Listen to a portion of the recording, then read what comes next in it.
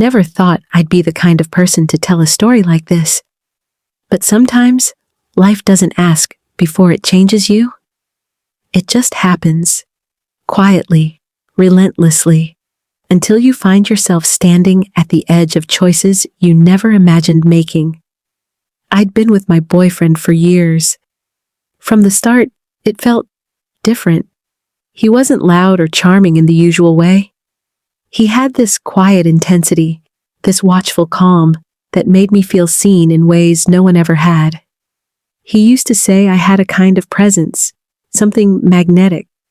At the time, I thought he was just being kind. But now, I wonder if that was the beginning of everything. Our love was easy at first. Soft laughter, long midnight talks, the kind where you forget the world exists. He noticed things other people didn't, the smallest gestures, the faintest glances. If a waiter's eyes lingered too long on me, he'd catch it instantly. He'd smile, lean close, and whisper, "Did you see the way he looked at you? You're mine, and I love that everyone knows they can't have you." I thought it was harmless, maybe even flattering. He wasn't jealous, at least not in the way I'd known jealousy before. His confidence felt like freedom, like I could just be. But over time, something shifted, subtle at first, then undeniable.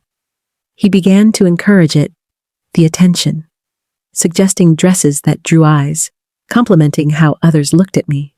When someone stared too long, he'd smile instead of frown. And in his smile, there was something new, something I didn't recognize. One night, while music played low in the background, he held me close and said, "I love when other men notice you. Maybe we should take it further." The words hung in the air, heavy and unreal. For a second, I laughed, thinking he was joking, but his eyes didn't move. And in that stillness, I felt the ground shift beneath us.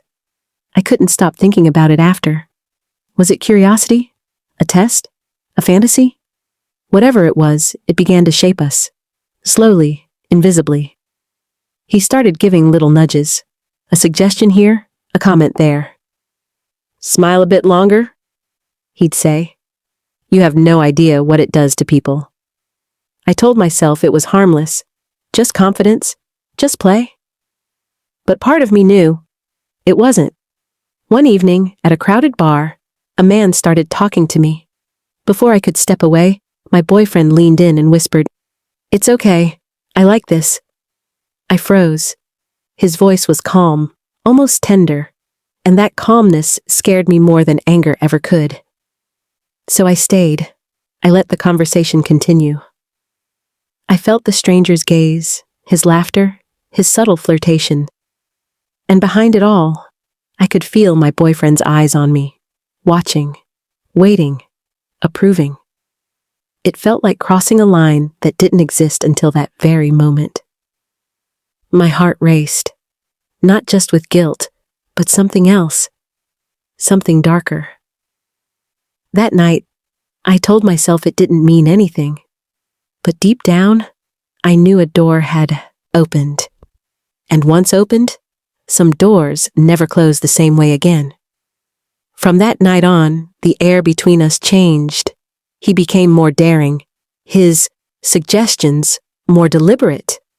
The game, if that's what it was, grew heavier. Every glance, every touch in public carried a weight I couldn't name.